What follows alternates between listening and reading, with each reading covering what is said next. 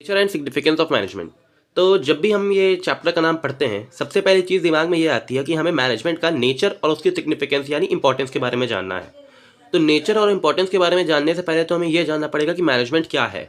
तो मैनेजमेंट की अगर आप डेफिनेशन देखें तो management is an art of getting work done from others by performing a set of function, namely planning, organizing, staffing, directing and controlling to achieve a common objective with full efficiency and effectiveness।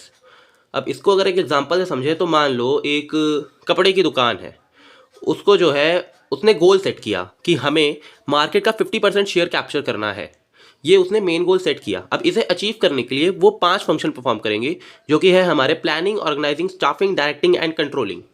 इन पांचों function पे आगे पूरे पूरे chapter हैं, तब इन्हें आप deeply पढ़ेंगे। बट इन पांचों फंक्शन को परफॉर्म करके वो पूरा गोल अचीव करना चाहेगा। इसमें एक चीज़ और लिखी है, management is an art of getting work done from others. अब getting work done from others का मतलब क्या हुआ, एक एग्जांपल से समझिए। जैसे इसने कपड़े की शॉप थी, तो गोल अचीव करना है, 50% मार्केट शेयर कैप्चर करना है, तो इसे अपना प्रोडक्ट को मार्केटिंग करनी पड़ेगी, उसकी उसकी प्रोडक्शन बढ़ाना पड़ेगा, नई शॉप्स खोलनी पड़ेंगी। तो ये सब काम एक मैनेजर अकेले नहीं कर सकता। इसके लिए वो लोगों को हायर करेगा, वो प्रोडक्शन करेगा, वो मार्केटिंग करेगा, अलग अलग डिपार्टमेंट बनाएगा।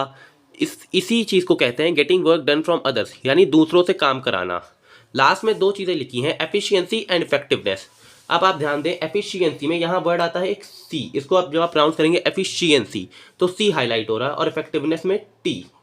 तो अगर हम ध्यान दें तो एफिशिएंसी या सी जो है इसका मतलब है कॉस्ट, और टी का मतलब है टाइम। अब कैसे, देखिए, कॉस्ट का एफिशिएंसी का मतलब ये है कि काम जो है कम से कम कॉस्ट पे होना चाहिए। यानी अगर उसने डिसाइड करा था कि हमारा जो प्रोडक्शन कॉस्ट है, प्रोडक्शन कॉस्ट वो आनी चाहिए लेट से 10,000 रुपये, और अगर ये गोल में सेट हुआ था कि 10,000 आनी चाहिए, और अगर वो कॉस्ट बढ़ के आ गई मान लो 15,000, तो ये जो है ना मैनेजमेंट फिर एफिशिएंट नहीं हुआ। एफिशिएंट होने का मतलब है जो कॉस्ट डिसाइड करी थी यानी 10,000, तो 10,000 में ही काम होना चाहिए, तब मैनेजर को हम एफिशिएंट कहेंगे। और इफेक्टिव, मान लो मैनेजर ने ये डिसाइड करा था कि हमें ये जो टास्क है ये 1 मंथ में कंप्लीट करना है, या 1 मंथ का, मैं 1 ईयर में कंप्लीट करना है, लेकिन उसने कंप्लीट किया 2 साल में। तो यहाँ पे भी आप देखें, काम पूरा तो हो रहा है लेकिन टाइम ज़्यादा लग रहा है, इसलिए मैनेजर को हम इफेक्टिव भी नहीं कहेंगे। तो मैनेजमेंट और मैनेजर का इफेक्टिव और एफिशिएंट दोनों होना ज़रूरी है। यानी कम कॉस्ट में भी काम होना चाहिए, कॉस्ट भी कम आनी चाहिए, और टाइम भी कम लगना चाहिए। अगर हमने 10,000 डिसाइड करी थी और 8,000 में अगर काम हो रहा है तो कोई दिक्कत नहीं है। 1 साल की जगह 10 महीने में काम हो रहा है, कोई दिक्कत नहीं है। लेकिन जैसे ही ये जो हमने सेट किया था टारगेट ये क्रॉस कर जाएगा, तब ये बिजनेस के लिए एक दिक्कत वाली बात है। इसीलिए मैनेजर का एफिशिएंट और इफेक्टिव होना ज़रूरी है। तो आई होप मैनेजमेंट की डेफिनेशन यहाँ से क्लियर है। सीधा सा मतलब है दूसरों से काम लेना है। इसमें कुछ चीज़ें, सबसे पहली दूसरों से काम लेना है, सेट ऑफ फंक्शन परफॉर्म करने हैं, और एफिशिएंट और इफेक्टिव रहना है। बस ये 3 चीज़ों को ध्यान में रखना है, दूसरों से काम लेना, एफिशिएंट और इफेक्टिव रहना, और सेट ऑफ फंक्शन को परफॉर्म करना। क्लियर होने के बाद दूसरी चीज़ जो हमें इस चैप्टर में पढ़नी है वो है फीचर्स ऑफ मैनेजमेंट। फीचर्स कह लो या कैरेक्टरिस्टिक्स। तो देखो भाई साहब, सीन ऐसा है ना कि जब भी आप मीनिंग पढ़ते हो तो कैरेक्टरिस्टिक्स मीनिंग के साथ साथ आ जाती है। तो कभी भी आपसे मीनिंग पूछा जाए ना तो नीचे 2-3 कैरेक्टरिस्टिक्स लिख के आ जाना। तो अगर हम फीचर कैरेक्टरिस्टिक्स को देखें या फीचर्स कह लो, सबसे पहला है मैनेजमेंट इज़ ऑल परवेसिव। सबसे पहला पॉइंट आप देखें तो वो है मैनेजमेंट इज़ ऑल परवेसिव। यहाँ वर्ड जो आ रहा है इंपॉर्टेंट वो है परवेसिव। तो आपके दिमाग में ये आ रहा होगा कि परवेसिव का मतलब क्या है। देखो भैया, परवेसिव का सिंपल सा मतलब है वो चीज़ जो हर जगह प्रेजेंट है। जैसे मैनेजमेंट की ज़रूरत भाई इंडिया में भी है, मैनेजमेंट की ज़रूरत अमेरिका में भी है, मैनेजमेंट की ज़रूरत चाइना में भी है, जापान में भी है। जैसे इंडिया की कंपनी है टाटा, तो मैनेजमेंट तो टाटा को भी करना है, गोल वो भी सेट करेगी, अचीव उसे भी करना है, फ्लैट ऑफ फंक्शन वो भी परफॉर्म करेगी। सेम एप्पल अमेरिका में है तो उसे भी ये सब काम करना पड़ेगा, चाइना को भी करना पड़ेगा। तो मैनेजमेंट परवेसिव है, इसका मतलब सबसे पहले तो ऑल ओवर वर्ल्ड उसकी ज़रूरत है, अक्रॉस कंट्रीज़ आपको मैनेजमेंट की ज़रूरत है। दूसरी चीज़, हर तरह का ऑर्गेनाइजेशन में चाहिए। जैसे आपके बिजनेस में तो मैनेजमेंट चाहिए ही चाहिए, आपको नॉन प्रॉफिट ऑर्गेनाइजेशन है उसे भी मैनेज करना है, स्कूल हॉस्पिटल हैं उन्हें भी मैनेज करना है। तो मैनेजमेंट एक ऐसी चीज़ है जो आपको अक्रॉस कंट्रीज पूरे वर्ल्ड में चाहिए, और हर तरह के एक्टिविटीज़ में आपको मैनेजमेंट चाहिए। आप अपने एग्जाम की प्रिपरेशन करते हो, उसमें भी आपको मैनेजमेंट करनी पड़ती है, टाइम मैनेजमेंट करनी पड़ती है। तो मैनेजमेंट को एक ऐसी चीज़ है जो हर किसी को चाहिए, और हर जगह हर तरह के ऑर्गेनाइजेशन में मैनेजमेंट की ज़रूरत है। तो management is needed in every kind of organisation, hence it is called a pervasive function. दूसरा फंक्शन जो मैनेजमेंट का है वह management is intangible. Intangible word आपने अकाउंट्स में सुना होगा। इंटैंजिबल का वो मतलब है जिसे आप देख या छू नहीं सकते। तो अगर हम ये कह रहे हैं कि भाई इस ऑर्गेनाइजेशन की मैनेजमेंट अच्छी है, या यहाँ पे मैनेजमेंट बड़ी अच्छे से करा जा रहा है, तो क्या आप मैनेजमेंट कोई एक स्पेसिफिक चीज़ है जिसे आप देख या छू सकते हो? नहीं, आप केवल उसकी प्रेजेंस को फील कर सकते हो। जैसे अगर किसी कंपनी का बहुत ग्रो कर रही है, प्रॉफिट अच्छे हैं, सोसाइटी में इमेज अच्छी है, उसके कंज्यूमर खुश हैं, उसके शेयर होल्डर्स खुश हैं, तो इसका मतलब उसकी मैनेजमेंट अच्छी है। और आप मैनेजमेंट को देख या छू नहीं सकते, आप केवल फील कर सकते हो। अगर कंपनी ऑर्गेनाइजेशन अच्छी चल रही है तो मैनेजमेंट अच्छी है, अगर ऑर्गेनाइजेशन खराब चल रही है तो मतलब मैनेजमेंट खराब है। लेकिन आप स्पेसिफिकली आप देख छू नहीं सकते कि भैया ये जो स्पेसिफिक चीज़ सामने खड़ी है इसको मैनेजमेंट कहते हैं, नहीं। You can only feel its presence, you can not touch और see management, hence it is called an intangible function. तीसरी जो चीज़ है वो है गोल ओरिएंटेड। मैनेजमेंट की डेफिनेशन में भी हमने देखा था कि सारी जो चीज़ें हैं वो एक गोल के अकॉर्डिंग होती है। यानी मैनेजमेंट जो करी जाती है ऑर्गेनाइजेशन में, उसका मेन ऑब्जेक्टिव रहता है कि भाई हम गोल को अचीव करें। जैसे हमने लास्ट एग्जांपल देखा था, उसमें एक क्लोथ शॉप थी और उसको हमने गोल सेट कराया था कि भाई 50% मार्केट शेयर कैप्चर करना है। तो फिर वो सारे जो काम करेगी वो इस बेसिस पे करेगी कि ये जो गोल है ना 50% शेयर कैप्चर करना, 50% मार्केट शेयर कैप्चर करने का मतलब है दुनिया मार्केट में हर जो दूसरा आदमी है, यानी 50% बंदा, वो उनके कपड़े पहनेगा। तो ये अचीव करने के लिए जितने भी काम है, सबसे पहले मैनेजमेंट में गोल सेट हुआ, और फिर जितने भी एक्टिविटीज़ हैं ऑर्गेनाइजेशन की इसी हिसाब से करी जाएंगी कि ये जो गोल है इसे अचीव किया जा सके। तो all the activities in an organization are performed to achieve a predetermined goal, hence management is called an goal oriented function। Feature है हमारा मैनेजमेंट इज ग्रुप एक्टिविटी। तो देखिए, एक जो ऑर्गेनाइजेशन होती है उसमें बहुत तरह के काम होते हैं। आपको परचेज का देखना है, सेल का देखना है, फाइनेंस का देखना है। अगर हम अपना एग्जांपल देखें, जो क्लोथ शॉप थी उसमें भी भाई उसको कपड़े अगर मैन्युफैक्चर करता है तो मैन्युफैक्चरिंग का देखना होगा, नहीं तो अगर रिटेल है तो उसे परचेज का देखना होगा, फिर सेल का देखना होगा, फाइनेंस का देखना होगा, एक एचआर डिपार्टमेंट होगा, वो लोगों की नौकरी किसको जॉब पे रखना है वो देखेगा। ये सारा काम एक आदमी अकेले नहीं कर सकता है, इसके लिए आपको अलग अलग लोगों का ऑर्गेनाइजेशन में ज्वाइन करना ज़रूरी है। लोगों को नौकरी पर रखना, अलग अलग मैनेजर्स को एम्प्लॉय करना ज़रूरी है। और ऑर्गेनाइजेशन का जो भी गोल है, जैसे हमारा था 50% शेयर कैप्चर करना, वो तभी अचीव हो पाएगा अगर हम सारे जो ग्रुप्स आपके बनेंगे, जैसे एक मान लो परचेज का ग्रुप है, जैसे परचेज डिपार्टमेंट कह लो, सेल डिपार्टमेंट, फाइनेंस, एचआर, ये सब मिल के कोऑर्डिनेशन से काम करेंगे, तब जाके आपका जो गोल है वो अचीव हो पाएगा।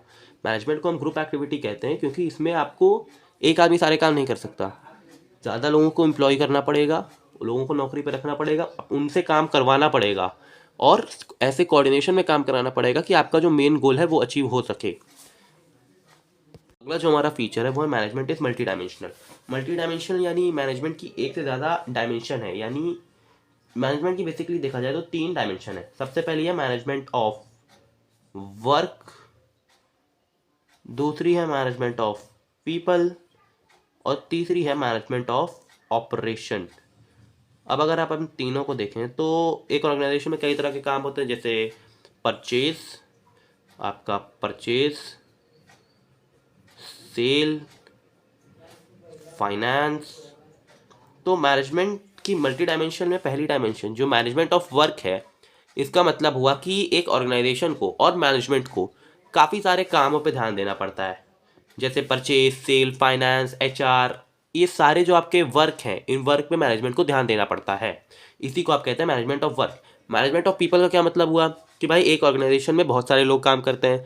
अब उसमें कोई आलसी है, कोई समझदार है, कोई छुट्टी ज़्यादा मारता है, कोई छुट्टी नहीं मारता है, कोई काम जल्दी कर देता है, कोई देर में करता है। तो हज़ार तरह के लोग आते हैं ऑर्गेनाइजेशन में। मैनेजमेंट को सक्सेसफुल बनने के लिए उन लोगों से अच्छे से डील करना पड़ेगा, और उनके जो एफर्ट्स हैं उनको अच्छे से सिंक्रोनाइज करके, अच्छे से कोऑर्डिनेट करके ऐसे काम कराना पड़ेगा उनसे कि आपका जो गोल है उसे अचीव किया जा सके। अल्टीमेट चीज़ मैनेजमेंट में आपको यही पढ़नी है कि आपका जो गोल है वो अचीव हो रहा है। तीसरी जो इसकी डायमेंशन है मैनेजमेंट ऑफ ऑपरेशन, तो भाई कुछ ना कुछ काम जैसे इनपुट प्रोडक्शन जब आप करते हैं तो उसमें इनपुट डालते हैं, उसको प्रोसेस होता है और फिर आपको आउटपुट मिल जाता है। इसी को आप कहते हैं मैनेजमेंट ऑफ ऑपरेशन, कि ये जो ऑपरेशन है ना प्रोडक्शन वाला, ये अच्छे से होना चाहिए। इसमें मैनेजमेंट को एफिशिएंट रहना है, इफेक्टिव रहना है। तो ये होता है आपका management is multi dimensional. Management is multi dimensional में हमने देखा कि मैनेजमेंट के 3 डायमेंशन है, management of work, management of people, management of operation. Management of work में उनके जो काम होते हैं जैसे परचेज, सेल, फाइनेंस, इसको मैनेज किया जाता है। मैनेजमेंट ऑफ पीपल में जो लोग होते हैं ऑर्गेनाइजेशन से जुड़े हुए, उनके साथ मैनेजमेंट डील करती है। और मैनेजमेंट ऑफ ऑपरेशन में जो आपका आईपीओ है, इनपुट प्रोसेस आउटपुट, इसको ऑपरेट किया जाता है कि काम आपका सस्ते से और कम से हो जाए। फीचर है management is continuous process. Continuous का मतलब लगातार करे जाने वाली चीज़। तो मैनेजमेंट एक ऐसी चीज़ है ना जिसे आप एक बार करके छोड़ नहीं सकते, आपको कंटिन्यूसली इसे परफॉर्म करना पड़ेगा। आपको जो गोल आपने सेट किया है मैनेजमेंट में, आपका जो मेन गोल है जो आपको अचीव करना है आपकी ऑर्गेनाइजेशन को, उसे अचीव करने के लिए लगातार आपको कोशिश करनी पड़ेगी इस मैनेजमेंट को। और मैनेजमेंट के जो फंक्शन है 5, planning, organising, staffing, directing, controlling, उन्हें रेगुलरली परफॉर्म करना पड़ेगा ताकि वो गोल अचीव हो सके। एक बार करके छोड़ दिया तो कुछ नहीं होने वाला, कंसिस्टेंटली परफॉर्म करेंगे तब जाके आपको आपका गोल अचीव कर पाएंगे। Management is dynamic function. Dynamic का मतलब क्या हुआ? डायनामिक का मतलब होता है कि आपकी मैनेजमेंट जो है ना वो चेंज होती रहती है। जैसे आपकी जो ऑर्गेनाइजेशन है वो एक ऐसी एनवायरनमेंट में है, ऐसी कंडीशन में जो लगातार चेंज हो रहा है। जैसे आज से 10 साल पहले इंटरनेट उतना पॉपुलर नहीं था लोगों के बीच, तो इंटरनेट का यूज़ बिजनेस में नहीं होता था। लेकिन आज इंटरनेट लोगों के द्वारा बहुत ज़्यादा यूज़ किया जा रहा है। इसलिए एक मैनेजमेंट को इंटरनेट को और जैसे सोशल मीडिया मार्केटिंग, ये चीज़ नहीं थी आज से कुछ टाइम पहले, लेकिन अब मैनेजमेंट को उसे भी ध्यान में रखना पड़ रहा है। तो इन्वायरमेंट और आपकी जो कंडीशंस है बिजनेस के आसपास वो बहुत तेज़ी से चेंज हो रही हैं। इसको मैनेजमेंट को ध्यान में रखना पड़ता है और इसके हिसाब से ही मैनेजमेंट को भी खुद को चेंज करना पड़ता है। आज से 20 साल पहले जैसे चीज़ों को मैनेज किया जा रहा था वैसे नहीं किया जा रहा आज। एक और इसका एग्जांपल लेते हैं मैकडोनल्ड। मैकडोनल्ड जब इंडिया में आई थी तब उसे अपने मेन्यू में काफ़ी चेंजेस लाने पड़े थे ताकि वो इंडियन मार्केट को ऑक्यूपाई कर सके। ये एक मेन एग्जांपल है कि मैनेजमेंट एक कैसे एक डायनामिक फंक्शन है। अगला जो टॉपिक है हमारा वो है ऑब्जेक्टिव ऑफ मैनेजमेंट। इसमें 3 तरह के ऑब्जेक्टिव होते हैं। सबसे पहला है ऑर्गेनाइजल, दूसरा है सोशल और तीसरा है पर्सनल। तो सबसे पहले बात करें ऑर्गेनाइजेशनल ऑब्जेक्टिव की। ऑर्गेनाइजेशनल ऑब्जेक्टिव का मतलब है कि मैनेजमेंट की वो, हिंदी में कहते हैं दायित्व, तो वो दायित्व जो उसका ऑर्गेनाइजेशन के टूवर्ड्स है, यानी obligation of management towards the organisation is called organisational objective. इसमें 3 चीज़ें सबसे बेसिक हैं, सर्वाइवल, प्रॉफिट और ग्रोथ। देखिए सर्वाइवल का मतलब क्या हुआ कि आपकी मान लो कॉस्ट आ रही है साल की लेट से 1 लाख रुपए, तो मैनेजमेंट को ऐसे काम करना है कि सबसे पहले ये जो कॉस्ट है ना 1 लाख, ये रिकवर हो जाए। इसे रिकवर करना मैनेजमेंट का पहला टास्क है। इसीलिए कहते हैं सर्वाइवल, कि मार्केट में सर्वाइव करना है हमें। सबसे पहले प्रॉफिट नहीं देखना, पहले तो हमें जितनी कॉस्ट आ रही है उसे कवर कर सकें। दूसरा है प्रॉफिट। पहले आपने सर्वाइव कर लिया, 1 लाख लागत आ रही थी, 1 लाख आपने कमाना शुरू कर दिया। अब मान लो आपकी कॉस्ट फिर वही 1 लाख है, तो आपका काम है आपने कॉस्ट कवर कर ली, अब आप प्रॉफिट कमाओ। तो प्रॉफिट आपको 1 लाख से ज़्यादा होना चाहिए, लेट से 1,20। तो अगर इतना मैनेजमेंट कमा रही है तो आपका प्रॉफिट है। मतलब सबसे पहले आप सर्वाइव करोगे मार्केट में कि आपको एटलीस्ट पैर जमाने इतना कि आपकी जितनी कॉस्ट आ रही है वो रिकवर हो जाए। उसके बाद आप प्रॉफिट कमाने को देखोगे कि भाई जितना हम लगा रहे हैं थोड़ा उससे ऊपर आए ताकि हमारी कमाई हो सके। और उसके बाद ग्रो करोगे। ग्रोथ करने में क्या करोगे, आप डाइवर्सिफाई कर सकते हो अपने प्रोडक्ट्स को। जैसे एक प्रोडक्ट में थे तो उसके साथ 2-3 प्रोडक्ट में जा सकते हो। जैसे साबुन था तो साथ में टूथपेस्ट, शैम्पू, ये सब बेच सकते हो। डाइवर्सिफाई के अलावा न्यू ब्रांचेज ओपन करोगे। उसके अलावा आप एक्सपैंड करोगे, दूसरे एरियाज़ में जाके अपनी शॉप्स खोलोगे या फिर ज़्यादा लोगों को हायर करोगे। तो ये होता है ऑर्गेनाइजेशन के ऑब्जेक्टिव। और ऑर्गेनाइजेशन ऑब्जेक्टिव का मतलब सीधा ये हुआ कि मैनेजमेंट को कुछ ना कुछ उसकी रिस्पॉन्सिबिलिटी है ऑर्गेनाइजेशन के प्रति। तो वो सबसे पहली 3 है, सर्वाइवल, प्रॉफिट, ग्रोथ। सर्वाइवल में आपकी जितनी कॉस्ट आती है मैनेजमेंट उसे रिकवर करती है। प्रॉफिट में कॉस्ट से थोड़ा ज़्यादा प्रॉफिट होता है ताकि थोड़ी अर्निंग हो सके। और ग्रोथ में आप एक्सपैंड कर सकते हो, डाइवर्सिफाई कर सकते हो, नई ब्रांचेस खोल सकते हो, ये सब। अगला है सोशल ऑब्जेक्टिव। सोशल ऑब्जेक्टिव देखो, मैनेजमेंट आपका जो है वो एक सोसाइटी में एग्जिस्ट करता है। आपके घर के आसपास कोई भी ऑर्गेनाइजेशन है तो वो क्या करेगा, आपसे ही लेबर भी आपसे लेगा, लैंड भी आपसे ही लेगा, इवन तो वो जो लोन लेगा वो भी आप ही का जो पैसा है बैंक में जमा है, तो वो सारी रिसोर्सेज जो है सोसाइटी से लेता है, तो उसकी कुछ ऑब्लिगेशन बनती है सोसाइटी के प्रति, तो उसी को आप कहते हैं सोशल ऑब्जेक्टिव। उसमें क्या आ सकता है, जैसे एम्प्लॉयमेंट अपॉर्चुनिटी जनरेट करना, पॉल्यूशन ना करना, आपके कस्टमर को सेटिस्फाई करना, ये चीज़ें आती हैं आपकी सोशल ऑब्जेक्टिव में। तीसरा है आपका पर्सनल ऑब्जेक्टिव। पर्सनल ऑब्जेक्टिव यानी आपके जो एम्प्लॉयज़ होते हैं ऑर्गेनाइजेशन में, उनके टुवर्ड्स आपकी कोई रिस्पॉन्सिबिलिटी बनती है, कुछ ऑब्लिगेशन है। तो उसमें तीन चीज़ें आती हैं, फाइनेंशियल नीड, सोशल नीड और high level need. Financial need में आपका वही बेसिक सैलरी एंड पर्क्स, अच्छी सैलरी दो इतनी कि उसकी लाइफ ठीक ठाक चल सके।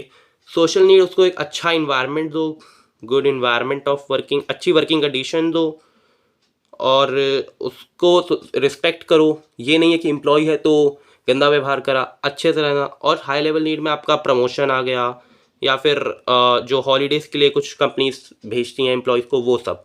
तो ये है आपका ऑब्जेक्टिव ऑफ मैनेजमेंट। सिंपल तीन तरह के होते हैं, ऑर्गेनाइजेशनल, सोशल, पर्सनल। ऑर्गेनाइजेशनल में सर्वाइवल, प्रॉफिट, ग्रोथ, ये तीनों लाइन से ही आते हैं, पहले ग्रोथ नहीं हो सकती। पहले कोई भी ऑर्गेनाइजेशन आएगी उसका पहला ऑब्जेक्टिव रहेगा कि तो सर्वाइव करना है मार्केट में, फिर प्रॉफिट कमाना है और लास्ट में ग्रो करना है। सोशल ऑब्जेक्टिव में आपका वही अच्छा एम्प्लॉयमेंट अपॉर्चुनिटी जनरेट करना आपका, और पॉल्यूशन ना करना, अच्छे प्रोडक्ट देना, ये सारी चीज़ें। और पर्सनल में आपके एम्प्लॉय के टूवर्ड जो आपकी रिस्पॉन्सिबिलिटी है, जिसमें सबसे पहले ये फाइनेंशियल नीड, जिसमें आप सैलरी देते हो। सोशल नीड में आप अच्छे वर्किंग कंडीशन देते हो, और हाई लेवल नीड में आप प्रमोशन करते हो। ऑब्जेक्टिव ऑफ मैनेजमेंट के बाद अगला हमारा टॉपिक है इंपॉर्टेंस ऑफ मैनेजमेंट। इसमें सबसे पहला आता है management help in achieving group गोल। तो हमने देखा था फीचर्स में कि management is a group activity. तो मैनेजर करता क्या है, और मैनेजमेंट करती क्या है कि आपकी ऑर्गेनाइजेशन में जो लोग इंडिविजुअली परफॉर्म कर रहे हैं, जो एफर्ट्स वो डाल रहे हैं, उनके एफर्ट्स को यूनाइट करता है, और इस तरह से उनको कोऑर्डिनेट और यूनाइट करता है ताकि आपका जो मेन गोल है, जो आपका मेन ऑब्जेक्टिव है, उसे अचीव किया जा सके। क्योंकि मैनेजमेंट इंडिविजुअल के पर्सपेक्टिव पे बहुत ज़्यादा ध्यान नहीं देती है, वो मेनली ऑर्गेनाइजेशन की तरफ ध्यान देती है। इसलिए वो ये कोशिश करती है कि आपका जो ग्रुप गोल है उसे अचीव किया जा सके, और साथ ही साथ इंडिविजुअल जो एफर्ट्स हैं उन्हें यूनाइट करा जा सके। दूसरा हमारा पॉइंट है इसमें, मैनेजमेंट इंक्रीजेस एफिशिएंसी। देखिए मैनेजमेंट क्या करती है कि जो आपकी रिसोर्सेज हैं उनको बेस्ट पॉसिबल वे में यूज़ करती है, जो मेनली मैन, मशीन और मटेरियल है। मैन, मशीन, मटेरियल आपका जो है उसे अच्छे से यूटिलाइज करती है, ऑप्टिमम यूटिलाइजेशन ऑफ रिसोर्सेज करती है, जिसकी वजह से मैनेजमेंट की इंक्रीज एफिशिएंसी बढ़ती है, और उससे उनकी कॉस्ट कम आती है, और अल्टीमेटली उनका प्रॉफिट बढ़ जाता है। तीसरा टॉपिक है मैनेजमेंट क्रिएट डायनामिक ऑर्गेनाइजेशन। तो देखो हमने एक चीज़ देखी थी कि management is a dynamic activity feature में मैनेजमेंट की, यानी मैनेजमेंट चेंज हो रही है, साथ ही साथ जिस सोसाइटी और एनवायरनमेंट में ऑर्गेनाइजेशन एग्जिस्ट करती है वही बहुत तेज़ी से चेंज हो रही है। तो ज़रूरत है कि उन चेंजेस के साथ साथ चला जा सके। यानी अगर सारे बिजनेस ऑनलाइन जा रहे हैं तो आपको भी ऑनलाइन जाना पड़ेगा, ऑफलाइन रहोगे तो अपने कॉम्पिटिटर से पीछे हो जाओगे। तो इस चीज़ को मैनेजमेंट ध्यान में रखती है। अब जब भी चेंजेस लाए जाते हैं तो लोग क्या करते हैं कि लोग, यानी यहाँ के जो एम्प्लॉय हैं, वो इन चेंजेस को रेसिस्ट करते हैं, उन्हें पसंद नहीं है चेंजेस। लेकिन मैनेजमेंट उन्हें कन्विंस करती है, समझाती है कि ये चीज़ हमारी ऑर्गेनाइजेशन और उनके भी करियर पर्सपेक्टिव से बहुत अच्छी है, इससे उनको भी फ्यूचर में बेनिफिट मिलेगा। इस तरह से मैनेजमेंट एक डायनेमिक ऑर्गेनाइजेशन क्रिएट करती है। चौथा पॉइंट है management help in achieving personal objective. अब देखो एक इंसान ऑर्गेनाइजेशन ज्वाइन करता है, कोई भी कंपनी, तो ऑर्गेनाइजेशन का कोई भी गोल हो, उस इंसान को तो मेनली उसको सैलरी, पर्क और अलग बेनिफिट्स चाहिए। अपनी लाइफ सिक्योर करने के लिए और अच्छी करने के लिए वो आदमी आपके ऑर्गेनाइजेशन को ज्वाइन करता है। तो अब वो सब बढ़ेगा, जैसे सैलरी बढ़ेगी तब जब आपका प्रमोशन होगा, और प्रमोशन पाने के लिए उसे अच्छा परफॉर्म करना पड़ेगा। तो मैनेजमेंट क्या करती है कि एक जो आपके पर्सनल्स हैं, एम्प्लॉयज़ हैं, उनको अच्छे से मोटिवेट करेगी, उनको अच्छे से लीड करेगी, डायरेक्ट करेगी, गाइड करेगी, ताकि वो अच्छी परफॉर्मेंस दे सकें। और जब वो अच्छी परफॉर्मेंस देंगे तो उन्हें अब हायर पोस्ट पे प्रमोट किया जाएगा, और साथ ही साथ उनकी सैलरी, रेम्यूनरेशन और उनका जो पावर्स हैं वो सब भी बढ़ाई जाएंगी। तो इस तरह से मैनेजमेंट आपके पर्सनल ऑब्जेक्टिव को अचीव करने में हेल्पफुल साबित होती है। लास्ट पॉइंट है हमारा management help in development of society. तो देखो मैनेजमेंट जो है और आपकी ऑर्गेनाइजेशन जो है वो एक सोसाइटी में, इन्वायरमेंट में एग्जिस्ट करती है, और वहाँ पे वो जो है सारे इनपुट्स आपकी सोसाइटी से ही लेती है, और आपका जो भी आउटपुट है, जो भी प्रोडक्ट या सर्विस बनाती है, उसे भी वो सोसाइटी में ही दे देती है। तो उस जो है उस मैनेजमेंट सोसाइटी के डेवलपमेंट में आपका भागीदारी करती है। जैसे अगर फैक्ट्री डलेगी कहीं तो लोगों को नौकरी मिलेगी, जब लोगों को नौकरी मिलेगी तो उनका खर्चा पानी चलेगा, इस तरह से सोसाइटी की डेवलपमेंट होगी। मैनेजमेंट अगर ऐसे प्रोडक्ट बनाएगी जिससे सोसाइटी का बेनिफिट है, जैसे आज अगर हॉस्पिटल कहीं खुला तो उससे सोसाइटी का फ़ायदा होगा, स्कूल खुला तो उससे फ़ायदा होगा। तो इन सारी चीज़ों से मैनेजमेंट जो है सोसाइटी के डेवलपमेंट में काम करती है। ये मोर और लेस आपका सोशल ऑब्जेक्टिव जैसा ही है, जहाँ एम्प्लॉयमेंट अपॉर्चुनिटी जनरेट करना, अच्छे प्रोडक्ट देना और पॉल्यूशन फ्री इन्वायरमेंट मेंटेन करके रखना, ये सारी चीज़ें आती हैं। तो यही आपका इंपॉर्टेंस ऑफ मैनेजमेंट, जिसमें 5 पॉइंट आते हैं। Achieving group goal, increase efficiency, create dynamic organisation, help in achieving personal objective और help in development of society. अब हम आ गए हैं अपने चैप्टर के मेन टॉपिक में, जो कि है नेचर ऑफ मैनेजमेंट। इसमें हमें बस इतना जानना है कि मैनेजमेंट साइंस है, आर्ट है या प्रोफेशन है। अब देखो, कोई भी चीज़ को साइंस कहने के लिए ना उसमें 3 कैरेक्टरिस्टिक्स होनी ज़रूरी है। वैसे ही आर्ट में भी 3 कैरेक्टरिस्टिक्स और प्रोफेशन की 5 चीज़ें।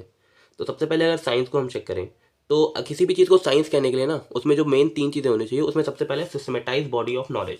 सिस्टमेटाइज बॉडी ऑफ नॉलेज का क्या मतलब हुआ कि भाई साइंस के पास जो है ना खुद की थ्योरी है, खुद के प्रिंसिपल है, जो कि काफ़ी सारे रिसर्च वर्क करने के बाद मिली है। हर चीज़ के पीछे कोई ना कोई एक वैलिड रीज़न है। जैसे पेड़ से फल गिर रहा है तो बिकॉज ऑफ ग्रेविटी गिर रहा है वो। तो ये जो चीज़ है ये काफ़ी एक्सपेरिमेंट करने के बाद और काफ़ी थ्योरी डिराइव करने के बाद आपको मिली है। इसी को आप कहते हैं सिस्टमेटाइज बॉडी ऑफ नॉलेज। तो क्या ये चीज़ मैनेजमेंट में है? तो हाँ, ये चीज़ मैनेजमेंट में भी है। कैसे? देखिए, मैनेजमेंट के पास भी खुद की थ्योरीज हैं, खुद के प्रिंसिपल्स हैं, जो आगे वाले चैप्टर्स में आप पढ़ेंगे। तो इसीलिए हम कह सकते हैं मैनेजमेंट इस केस में सिस्टमेटाइज बॉडी ऑफ नॉलेज में जो बेसिक क्राइटेरिया है साइंस होने का वो फुलफिल करता है। दूसरी चीज़ जो है वो है प्रिंसिपल बेस्ड ऑन एक्सपेरिमेंटेशन। अब पहले साइंस में देखें तो साइंस के जो प्रिंसिपल हैं वो काफ़ी टेस्टिंग के बाद, काफ़ी एक्सपेरिमेंट के बाद डेवलप हुए हैं। आप कोई भी प्रिंसिपल उठा के देख लीजिए जो आपने पहले पढ़ा होगा, उसके पीछे कुछ ना कुछ रिसर्च वर्क रहा है। वैसे ही मैनेजमेंट में भी जो आपके प्रिंसिपल्स हैं या जो भी आपकी थ्योरीज हैं वो काफ़ी रिसर्च करने के बाद अलग अलग लोगों से जो भी रिसर्च करी है उसकी वजह से वो डेवलप हुए हैं। तो इस केस में भी हम कह सकते हैं मैनेजमेंट साइंस भी है। ये क्राइटेरिया भी मैनेजमेंट फुलफिल करती है। तीसरी चीज़ है यूनिवर्सल वैलिडिटी। देखो, साइंस का जो प्रिंसिपल है, जैसे कि आपका ग्रेविटी, तो ग्रेविटी इंडिया में भी है, अमेरिका में भी है, पूरे देश में है, पूरी दुनिया में है। इसी को हम कहते हैं यूनिवर्सल वैलिडिटी। क्या मैनेजमेंट के प्रिंसिपल में ये चीज़ है? हाँ, बिल्कुल है। मैनेजमेंट के बारे में हम पहले ही पढ़ चुके हैं, परवेसिव है, वो सब जगह ज़रूरी है और सब जगह चाहिए। इसलिए हम मैनेजमेंट ने जो ये तीसरा क्राइटेरिया है साइंस कंसिडर करने का, वो भी फुलफिल किया। तो हम ये चीज़ कह सकते हैं management as a science. Management एक साइंस है। क्यों? क्योंकि उसके पास खुद की बॉडी ऑफ नॉलेज है, खुद की थ्योरीज और प्रिंसिपल हैं। वो प्रिंसिपल को आपने एक्सपेरिमेंट रिसर्च वर्क से डेवलप करा है और वो पूरी दुनिया में वैलिड है, यूनिवर्सली एप्लीकेबल है। इसलिए हम मैनेजमेंट को एज अ साइंस कंसिडर करते हैं। दूसरा चीज़ है इसमें मैनेजमेंट एज आर्ट। साइंस तो हो गई, अब चेक करना है कि मैनेजमेंट आर्ट है या नहीं। तो आर्ट के पास भी खुद की थ्योरी है। जैसे आप म्यूज़िक देख लो, तो म्यूज़िक के पास खुद के एक थ्योरी है, जैसे सारे गामा पाधा नी, जो उसके 7 सुर हैं, ऐसे सारे म्यूज़िक की भी, और म्यूज़िक जो एक आर्ट का फॉर्म है उसकी भी खुद की थ्योरी है। और मैनेजमेंट के पास भी हमने बात की, उसके पास फाइनेंस से रिलेटेड, एचआर से रिलेटेड खुद की थ्योरीज हैं। तो इस केस में मैनेजमेंट ने ये क्राइटेरिया भी फुलफिल किया कि मैनेजमेंट के पास भी खुद की एग्जिस्टिंग नॉलेज है। इस बेसिस पे हम मैनेजमेंट को आर्ट कहेंगे। दूसरी चीज़ जो है वो है पर्सनलाइज एप्लीकेशन। अब देखो, आर्ट जो है ना वो पर्सन टू पर्सन वेरी करती है कि भाई कैसे आर्ट के फॉर्म को कोई कैसे यूज़ कर रहा है। सुर वही 7 हैं। अब कोई सिंगर अलग तरीके से यूज़ करता है उन्हें, कोई अलग तरीके से यूज़ करता है। इस टाइप को अलग अलग जॉनराज मिले हैं म्यूज़िक के। वैसे ही मैनेजमेंट में भी पर्सनलाइज एप्लीकेशन है कि हर एक मैनेजर अपने अपने हिसाब से यूज़ करता है। हर किसी का अपना अपना स्टाइल है, वो जैसे चाहे वैसे काम कर सकता है। तो इसलिए मैनेजमेंट की ये क्राइटेरिया भी फुलफिल किया और मैनेजमेंट को आर्ट इसमें भी हम कंसिडर करेंगे। Last point in this is based on practice and creativity. अब देखो, आर्ट है या म्यूज़िक को हमने लिया तो वो एक दिन में तो कोई सीख जाएगा नहीं। आपको गिटार बजाना भी सीखना है तो उसके लिए काफ़ी प्रैक्टिस करनी पड़ती है। तो मैनेजमेंट में भी एक दिन में कोई बंदा परफेक्ट बन जाएगा नहीं। अब पहले दिन आप एज अ मैनेजर कोई ऑर्गेनाइजेशन ज्वाइन करी है तो आप पहले दिन परफेक्ट नहीं हो जाओगे, उसके लिए आपको टाइम लगेगा। प्रैक्टिस करोगे, अपने हिसाब से चीज़ों को अप्लाई करोगे, क्रिएटिविटी दिखाओगे, तब जाके आप उसमें महारत हासिल कर पाओगे। इसीलिए ये क्राइटेरिया भी मैनेजमेंट ने फुलफिल किया। तो हम मैनेजमेंट को एज अ आर्ट भी कंसिडर करेंगे। क्यों? क्योंकि उसके पास खुद की थ्योरी है, उसको आप पर्सनली हर पर्सन अपने अपने तरीके से अप्लाई कर सकता है, यानी थोड़ा फ्लेक्सिबल है और प्रैक्टिस एंड क्रिएटिविटी पे बेस्ड है। लास्ट जो चीज़ है नेचर में वो है मैनेजमेंट एज प्रोफेशन। देखिए, मैनेजमेंट एज प्रोफेशन में 5 चीज़ें। सबसे पहले well defined body of knowledge. ये तो हमने पहले 2 पॉइंट में भी देखा कि इसके पास खुद की नॉलेज है, खुद की थ्योरी है। अब किसी प्रोफेशन को देख लो, जैसे डॉक्टर हो गया या लॉयर हो गया या सीए हो गया, तो उनके पास खुद की थ्योरी है। वैसे ही मैनेजमेंट के पास भी खुद की थ्योरी है। दूसरी चीज़ है रिस्ट्रिक्टेड एंट्री। क्या मैनेजर बनने के लिए, जैसे आपको लॉयर बनना है तो आपके पास डिग्री होनी चाहिए एक स्पेसिफिक, सीए बनना है तो एक एग्ज़ाम क्लियर करना पड़ता है, डॉक्टर बनना है तो उसके लिए एक प्रॉपर स्टडी करनी पड़ती है। क्या मैनेजर बनने के लिए कुछ ऐसा है? तो कुछ लोग कहेंगे एमबीए एक प्रॉपर डिग्री है, बट ऐसा नहीं है। अब कोई भी ऑर्गेनाइजेशन में, हर ऑर्गेनाइजेशन में एमबीए वाले लोग ही मैनेजर नहीं होते हैं। लोग किसी को भी एज अ मैनेजर अपॉइंट कर सकते हैं। एक मैनेजर बनने के लिए आपको कोई स्पेसिफिक एग्ज़ाम नहीं निकालना पड़ता है, ना कोई स्पेसिफिक डिग्री है। मैनेजमेंट एमबीए एक पॉपुलर ऑप्शन है, बट वो सिर्फ एक तरीका नहीं है मैनेजर बनने का, इसलिए रेस्ट्रिक्टेड एंट्री नहीं है। तो मैनेजमेंट ये क्राइटेरिया फुलफिल नहीं करती। तीसरी है प्रोफेशनल एसोसिएशन। अब प्रोफेशनल एसोसिएशन का मतलब ये हुआ कि कोई एक गवर्निंग बॉडी है जो कि देश के सारे मैनेजर्स को कंट्रोल करे। तो ऐसी कोई बॉडी नहीं है। लॉयर्स की ऐसी बॉडी है, सीए की ऐसी बॉडी है, ऐसी ही एक बॉडी डॉक्टर्स की भी है, बट आपका मैनेजर के लिए ऐसे कुछ भी एसोसिएशन नहीं है। इसलिए आप मैनेजमेंट ने ये क्राइटेरिया भी फुलफिल नहीं किया। तीसरी चीज़ है एथिकल कोड ऑफ कंडक्ट। तो क्या कोई कोड ऑफ कंडक्ट है? जी नहीं, ऐसा कुछ नहीं है।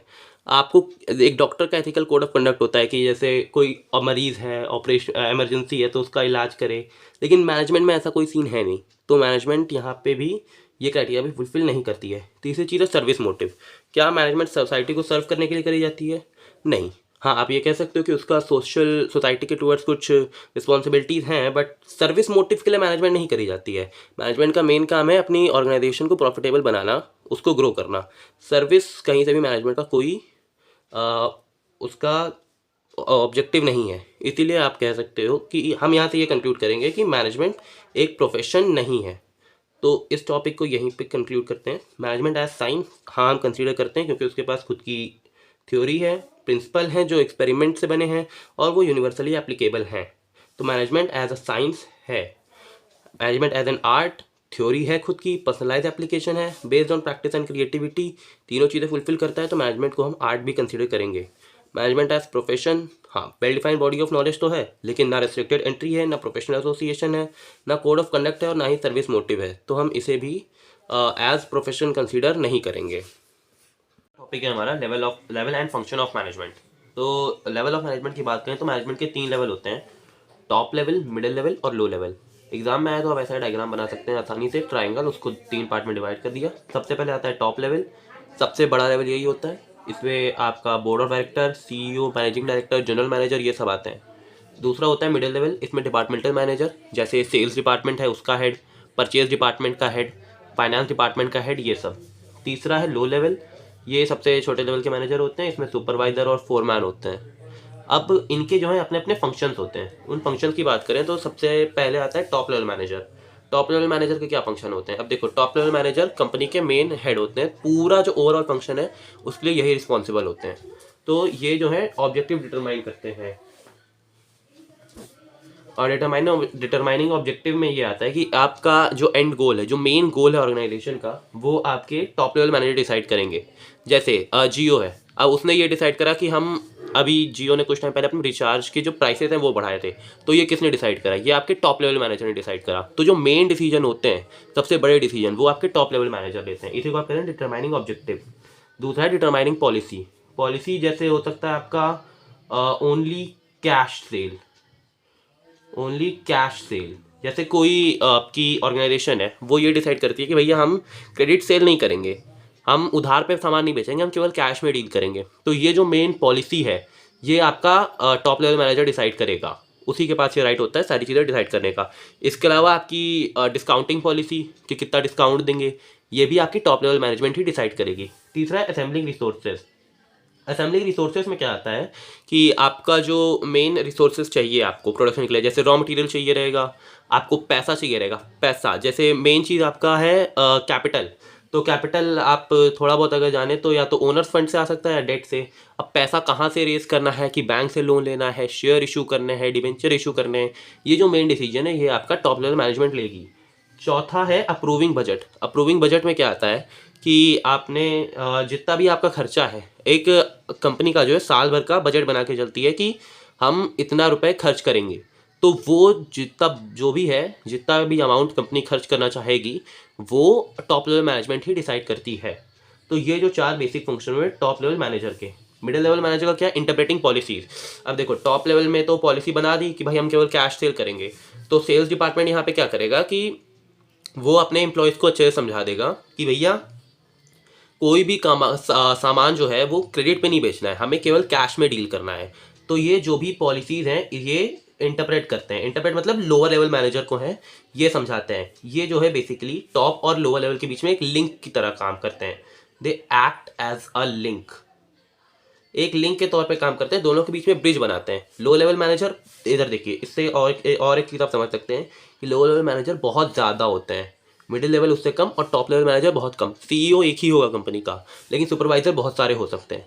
यही एक बात है, सारे low level manager top level से कम्युनिकेट नहीं कर सकते, और टॉप लेवल को कोई मैसेज अगर नीचे पहुंचाना है तो वो मिडिल लेवल के थ्रू पहुंचाते हैं, और low level manager middle level से कम्युनिकेट करता है और फिर वो अपनी बात ऊपर पहुंचाता है। तो टॉप लेवल वाले ने पॉलिसी बना दी, ये इस पॉलिसी समझ के लो लेवल वाले को समझाता है। ये इसका पहला काम हुआ। दूसरा काम है अपॉइंटिंग एम्प्लॉयज़। अब जैसे मार्केटिंग डिपार्टमेंट है, उसे किस तरह के एम्प्लॉय चाहिए, भाई ये काम टॉप लेवल मैनेजर तो नहीं बता सकता है कि एक हर डिपार्टमेंट को कैसे लोग चाहिए। तो ये अपने डिपार्टमेंट में अपने डिपार्टमेंट की नीड्स और रिक्वायरमेंट के हिसाब से लोगों को एम्प्लॉय करता है। तीसरा है क्रिएटिंग कॉपरेशन। अब देखो कॉपरेशन बहुत ज़रूरी चीज़ है। अब purchase department, finance department, marketing department, ऐसे बहुत से डिपार्टमेंट हैं। अगर ये आपस में मिलजुल के आपस में डिस्कस करके काम नहीं करेंगे तो काम गड़बड़ हो जाएगा। अब मान लो जो सेल्स डिपार्टमेंट है उसको 10,000 यूनिट चाहिए सेल करने के लिए, लेकिन जो प्रोडक्शन डिपार्टमेंट है उसने 8,000 यूनिट बनाई, तो 2,000 यूनिट का जो डेफिसिट है इसकी वजह से कंपनी को लॉस लग सकता है। इसीलिए आपस में कोऑपरेट करके चलना ज़रूरी है, यही काम करते हैं मिडिल लेवल मैनेजर। चौथा है मोटिवेटिंग एम्प्लॉयज़। अब देखो अपने डिपार्टमेंट के एम्प्लॉयज़ को मोटिवेट करना कि वो गोल अचीव कर सकें, उनकी परफॉर्मेंस को बड़े आगे बढ़ाना, इम्प्रूव करना, ये काम भी होता है मिडिल लेवल मैनेजर का। तीसरा है lower level manager. Lower level का जो पहला काम है इंटरेक्टिंग विद एक्चुअल वर्कफोर्स। अब देखो ये जो है डायरेक्टली वर्कफोर्स के ऊपर है, इसके नीचे सीधा वर्कफोर्स रहती है, तो ये वर्कफोर्स से एक्चुअली कॉन्टैक्ट कर सकता है, उन्हें देख सकता है, उन्हें बता सकता है कि काम कैसे करना है।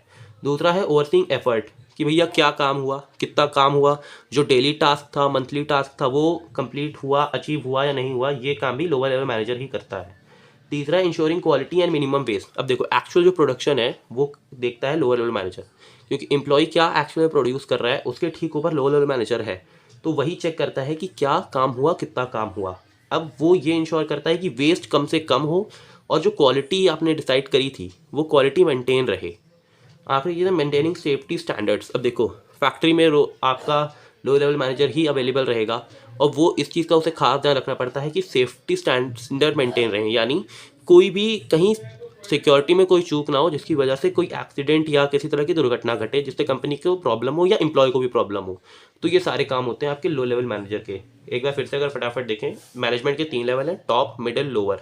टॉप लेवल ऑब्जेक्ट आपका मेन गोल डिसाइड करता है, पॉलिसी बनाता है, कैपिटल यानी पैसा अरेंज करके देता है, बजट डिसाइड करता है। मिडिल लेवल मैनेजर क्या करता है, भाई दोनों के बीच में एक लिंक के तौर पे काम करता है, टॉप और लोअर के बीच में।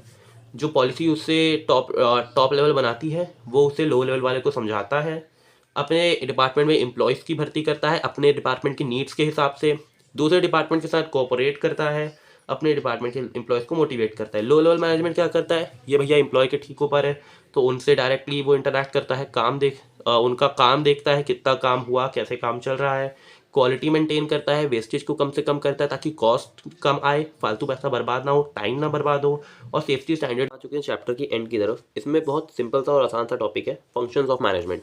तो फंक्शन ऑफ मैनेजमेंट क्या होता है, देखिए मैनेजमेंट की जब हमने डेफिनेशन पढ़ी थी तब मैंने उसमें एक लाइन दिया थी, by performing a set of function.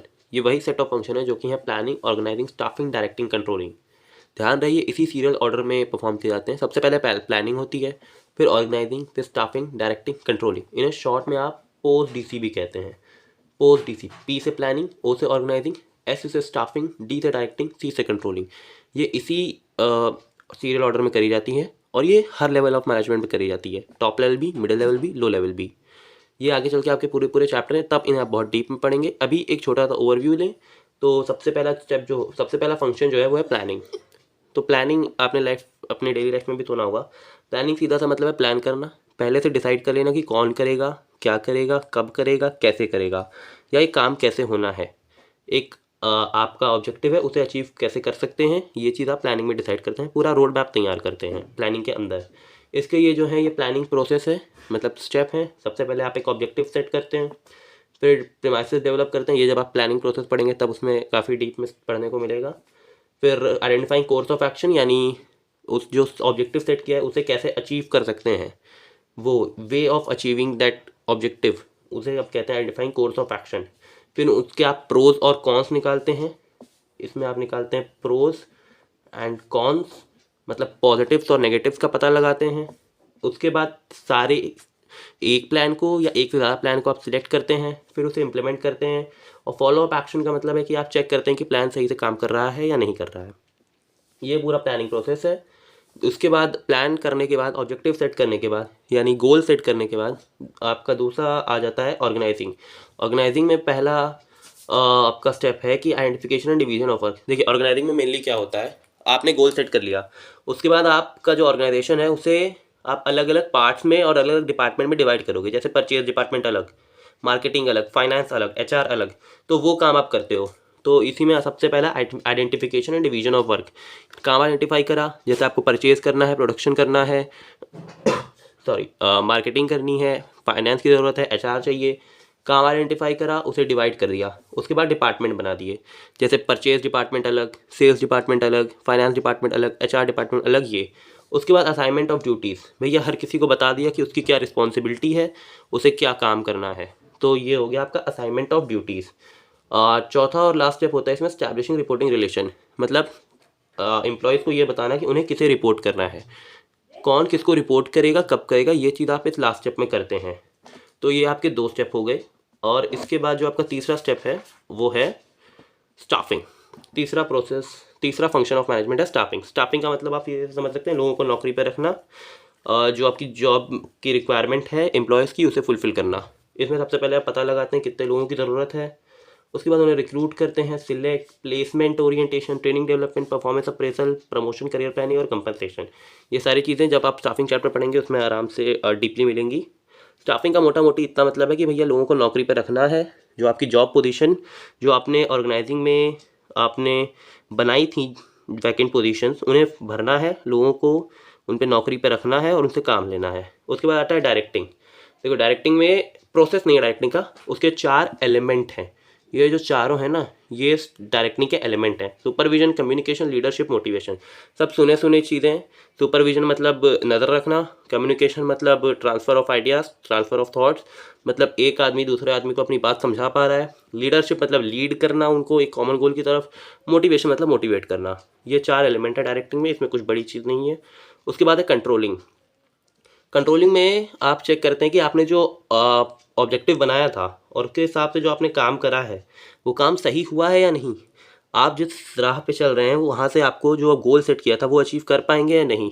इसमें सबसे पहले परफॉर्मेंस स्टैंडर्ड सेट करते हैं। स्टैंडर्ड सेट करते हैं मतलब आप एक चीज़ डिसाइड करते हैं। जैसे आपने डिसाइड कर लिया कि भाई हमारी जो प्रोडक्शन कॉस्ट है वो 10,000 रुपये आनी चाहिए लेट से, तो ये आपके परफॉर्मेंस स्टैंडर्ड आपने सेट कर लिया। उसके बाद आप मेजरमेंट करते हैं एक्चुअल परफॉर्मेंस का, यानी पहले आपने सेट करा कि आपकी जो कॉस्ट है वो ₹10,000 आनी चाहिए। उसके बाद आप मेज़र करते हैं कि एक्चुअल में कॉस्ट कितनी आई। तो कॉस्ट मान लो आ गई 11,000। 11,000 आपकी अगर कॉस्ट आ गई तो फिर आप दोनों को कंपेयर करते हैं। पहले आपने एक्चुअल परफॉर्मेंस स्टैंडर्ड सेट किया कि 10,000 कॉस्ट आनी चाहिए, असल में आपने कॉस्ट मेज़र करी तो वो 11,000 निकली। अब दोनों को कंपेयर करा तो ये पता चला कि डेविएशन है। डेविएशन मतलब क्या हुआ कि आपका जो स्टैंडर्ड है, आपकी एक्चुअल परफॉर्मेंस जो है वो स्टैंडर्ड के अकॉर्डिंग नहीं है, कम या ज़्यादा है। तो यहाँ पे आपकी कॉस्ट जो है वो आपकी जो एक्चुअल परफॉर्मेंस है वो परफॉर्मेंस स्टैंडर्ड से ज़्यादा है, मतलब कॉस्ट आपने जितनी सेट करी थी 10,000, 11,000 उससे ज़्यादा आई है। तो ये आपने एनालाइज करा और करेक्टिव एक्शन लेंगे। करेक्टिव एक्शन मतलब कोशिश करेंगे कि जो मतलब ये जो गड़बड़ हुई है, 1,000 रुपये जो ज़्यादा आए हैं, इसको ठीक करने की मैनेजमेंट कोशिश करेगी और जो आपने सेट करा था स्टैंडर्ड 10,000 उसी पे वापस आना चाहेगी। तो ये आपके 5 बेसिक फंक्शन ऑफ मैनेजमेंट है जिन्हें आप पोस्ट डीसी कहते हैं। डीपली इनके लिए सेपरेट चैप्टर है, आप उसमें इसको पढ़ेंगे। अब हम आ गए अपने चैप्टर के लास्ट टॉपिक में जो है कोऑर्डिनेशन। तो कोऑर्डिनेशन का मतलब क्या है? अगर आप कोऑर्डिनेशन की डेफिनेशन देखें तो coordination is a process through which harmony is established among different activities of an organisation so that organisational objective can be successfully achieved. इसका मतलब क्या है? देखिए, एक ऑर्गेनाइजेशन में बहुत सारे लोग काम कर रहे होते हैं, बहुत सारे डिपार्टमेंट काम कर रहे होते हैं। तो कोऑर्डिनेशन एक ऐसा प्रोसेस है जिसके थ्रू मैनेजमेंट ये कोशिश करता है कि उनके बीच में किसी तरह का कन्फ्लिक्ट ना हो, एक कॉमन अंडरस्टैंडिंग रहे, वो इस तरह से काम करें कि अपना जो उनका डिपार्टमेंटल गोल है, जैसे परचेज डिपार्टमेंट का कोई अपना गोल होगा, फाइनेंस का कोई अपना गोल होगा, मार्केटिंग का कोई अपना गोल होगा, वो तो अचीव हो ही हो, लेकिन साथ ही साथ जो ऑर्गेनाइजेशन का मेन गोल हो उसे आसानी से अचीव किया जा सके, उसे अचीव करने में कोई दिक्कत ना आए, कन्फ्लिक्ट ना हो, लड़ाई झगड़े ना हो, एक कॉमन अंडरस्टैंडिंग रीच कर सकें और वो लोग अपना जो ऑर्गेनाइजेशनल गोल है उसे आराम से अचीव कर सकें। यही है कोऑर्डिनेशन का मतलब। ये एक अलग प्रोसेस है, मैनेजमेंट के द्वारा परफॉर्म किया जाता है ताकि एक सक्सेसफुली और आराम से बिना कन्फ्लिक्ट्स के आपका ऑर्गेनाइजेशनल गोल अचीव किया जा सके। इसके फीचर्स हैं। सबसे पहला फीचर है इंटीग्रेट ग्रुप एफर्ट। देखिए, जैसा हमने बताया, और ऑर्गेनाइजेशन में बहुत सारे ग्रुप होते हैं, बहुत सारे लोग होते हैं। अगर आप डिपार्टमेंट भी देखें तो वो भी अलग अलग तरह के हैं, तो हर कोई अपना अपना काम कर रहा होता है। तो कोऑर्डिनेशन के थ्रू मैनेजमेंट ये कोशिश करती है कि हर किसी के जो एफर्ट्स हैं उसे यूनाइट करके एक दिशा में लाया जा सके और आपका जो मेन गोल है उसे अचीव किया जा सके।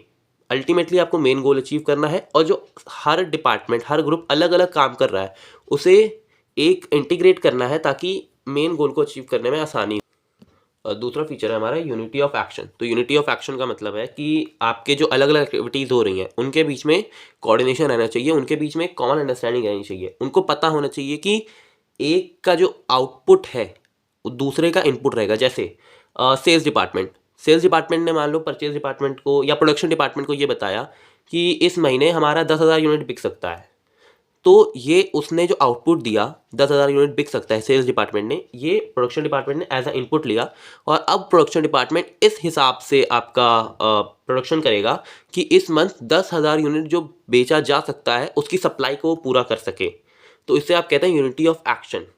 तीसरी चीज़ है कंटिन्यूस प्रोसेस, कि भाई लगातार करे जाने वाली चीज़ है। जैसे मैनेजमेंट है, कंटिन्यूसली किया जाना चाहिए, रेगुलरली होना चाहिए, वैसे ही कोऑर्डिनेशन भी है। एक बार करके छोड़ नहीं सकते, आपको रेगुलरली रोज रोज से करना पड़ेगा ताकि आपके ग्रुप गोल अचीव हो सकें, कोई कन्फ्लिक्ट ना हो। परवेसिव फंक्शन है, सब जगह चाहिए। बड़ी ऑर्गेनाइजेशन में भी कोऑर्डिनेशन चाहिए, छोटी ऑर्गेनाइजेशन में भी चाहिए, profit, non profit, school, hospital, business unit, सब जगह आपको कोऑर्डिनेशन की ज़रूरत है। Responsibility of all managers. देखिए, कोऑर्डिनेशन जो है ना हर लेवल पे चाहिए। ऐसा नहीं है कि केवल टॉप लेवल वाले को कोऑर्डिनेट करने की ज़रूरत है या लोअर लेवल वाले को करने की ज़रूरत है। हर लेवल के हर लेवल की मैनेजमेंट को कोऑर्डिनेशन करना ज़रूरी है, उनकी ज़रूरत है, ताकि कन्फ्लिक्ट ना हो। क्योंकि किसी भी लेवल ऑफ मैनेजमेंट में अगर कोऑर्डिनेशन नहीं होगा तो कन्फ्लिक्ट के चांसेस बढ़ेंगे, और अगर कन्फ्लिक्ट्स होंगे तो ऑर्गेनाइजेशन को अल्टीमेटली लॉस लगेगा उससे। इसलिए ये हर मैनेजर की रिस्पॉन्सिबिलिटी है कि वो दूसरों के साथ कोऑर्डिनेट करे, अच्छे संबंध बना के रखे और साथ मिलकर काम करे। तीसरा है डेलिब्रेट फंक्शन, कि भैया ये जो चीज़ है ये जानबूझ के करा जाता है। कोऑर्डिनेशन अपने आप नहीं हो जाता है, आपको कोऑर्डिनेशन को स्टैब्लिश करना पड़ता है। एक ऑर्गेनाइजेशन को एफर्ट्स डालने पड़ते हैं ताकि कोऑर्डिनेशन स्टैब्लिश हो सके। जैसा अभी हमने एग्जांपल लिया, सेल डिपार्टमेंट ने प्रोडक्शन को बताया कि हमें 10,000 यूनिट चाहिए। अब प्रोडक्शन डिपार्टमेंट 10,000 यूनिट प्रोड्यूस करके देगा उसको, ताकि उसकी जो डिमांड होगी हमारे गुड की वो पूरी हो सके। तो ये है कोऑर्डिनेशन का। अब ये आपको करना पड़ा, अपने आप प्रोडक्शन डिपार्टमेंट को सपना नहीं आएगा कि सेल डिपार्टमेंट को 10,000 यूनिट चाहिए। सेल डिपार्टमेंट को बताना पड़ेगा, प्रोडक्शन वाला उस हिसाब से प्रोड्यूस करके देगा। तो ये इस तरह से आप कह सकते हैं कि ये कोऑर्डिनेशन जो है एक डेलिबरेट फंक्शन है। इसके बाद आपका है कोऑर्डिनेशन की इंपॉर्टेंस। तो इंपॉर्टेंस ऑफ कोऑर्डिनेशन देखें। सबसे पहला है साइज ऑफ ऑर्गेनाइजेशन, कि भैया जितना बड़ा साइज होगा ऑर्गेनाइजेशन का उतना ज़्यादा कोऑर्डिनेशन चाहिए। अब देखो, कोई छोटी ऑर्गेनाइजेशन है, इसमें 10 लोग काम कर रहे हैं, तो वो आपस में आसानी से कोऑर्डिनेट कर लेंगे, बहुत ज़्यादा मुश्किल नहीं होगी कोऑर्डिनेट करने में। लेकिन कोई बहुत बड़ी ऑर्गेनाइजेशन है जैसे टाटा या रिलायंस, इनमें कोऑर्डिनेशन की ज़्यादा ज़रूरत है, क्योंकि ये बड़ी ऑर्गेनाइजेशन है। ये अगर आपस में कोऑर्डिनेट नहीं करेंगे तो इनका ज़्यादा नुकसान हो सकता है। तो जितनी बड़ी ऑर्गेनाइजेशन उतना ज़्यादा कोऑर्डिनेशन करने की ज़रूरत है, और जितनी छोटी उतना कम। दूसरा है फंक्शनल डिफरेंशिएशन। देखो, अभी हमने बात की थी अलग अलग काम है, जैसे सेल, प्रोडक्शन, फाइनेंस, उन सब को यूनाइट करना है। सबके अपने अपने गोल हो सकते हैं। जैसे सेल्स डिपार्टमेंट का हो सकता है कि भाई इस साल हमको या इस महीने हमें 50,000 यूनिट बेचने हैं, लेकिन प्रोडक्शन डिपार्टमेंट कह रहा है कि हम 25,000 ही आपको सप्लाई कर सकते हैं। तो यहाँ पे ये जो गैप आ रहा है ना, ये कोऑर्डिनेशन की कमी की वजह से है। अगर कोऑर्डिनेशन अच्छा रहेगा तो सेल डिपार्टमेंट और प्रोडक्शन डिपार्टमेंट और सारे डिपार्टमेंट आपस में मिल के काम करेंगे, जिससे उनका जो है अपना जो गोल है डिपार्टमेंटल गोल वो भी अचीव होगा और ऑर्गेनाइजेशनल गोल भी आसानी से अचीव किया जा सकता है। तीसरी चीज़ है स्पेशलाइजेशन। स्पेशलाइजेशन क्या है भैया, हर ऑर्गेनाइजेशन में कुछ स्पेशलिस्ट होते हैं, कुछ एक्सपर्ट्स होते हैं। अब होता क्या है कि एक इंसान के पास जब ज़्यादा नॉलेज होती है ना, तो वो खुद को थोड़ा सा बड़ा समझने लगता है। अब ये चीज़ जो है, जो इंसान में ईगो डेवलप हो जाता है, इसकी वजह से ऑर्गेनाइजेशन को ना नुकसान हो, इसलिए भी कोऑर्डिनेशन ज़रूरी है कि भैया कोई अपने पर्सनल ईगो सेटिस्फाई करने के चक्कर में ऑर्गेनाइजेशन को ना दिक्कत में डाल दे, इसलिए आपको कोऑर्डिनेशन की ज़रूरत पड़ती है। तो ये 3 चीज़ें, size of organisation, functional differentiation और स्पेशलाइजेशन। कोऑर्डिनेशन को कुछ लोग सेपरेट फंक्शन मानते हैं, लेकिन ओरिजिनली ये है essence of management. Essence of management कहा जाता है कोऑर्डिनेशन को, यानी ये एक सेपरेट फंक्शन नहीं है, लेकिन ये हर फंक्शन में आपको इसकी ज़रूरत पड़ती है। चाहे प्लानिंग हो, प्लान करते टाइम भी आपको दूसरे डिपार्टमेंट से पूछना पड़ता है, कोऑर्डिनेट करना पड़ता है। ऑर्गेनाइजिंग के टाइम भी स्टाफिंग, डायरेक्टिंग, कंट्रोलिंग। अब देखो, स्टाफिंग आपका एचआर डिपार्टमेंट करेगा, तो एचआर डिपार्टमेंट अगर फाइनेंस डिपार्टमेंट में स्टाफिंग कर रहा है, तो उसको फाइनेंस वाले से पूछना पड़ेगा कि तुमको कैसे एम्प्लॉयज़ चाहिए, कितने एम्प्लॉयज़ चाहिए, उनमें क्या स्किल होनी चाहिए, क्या बेसिक डिग्रीज होनी चाहिए। तो इस तरह से कोऑर्डिनेशन जो है मैनेजमेंट के हर फंक्शन में चाहिए, इसीलिए इसको मैनेजमेंट का एसेंस कहा जाता है, यानी एसेंस ऑफ मैनेजमेंट कहा जाता है। तो इस तरह से ये चैप्टर हमारा कंप्लीट होता है। Thank you.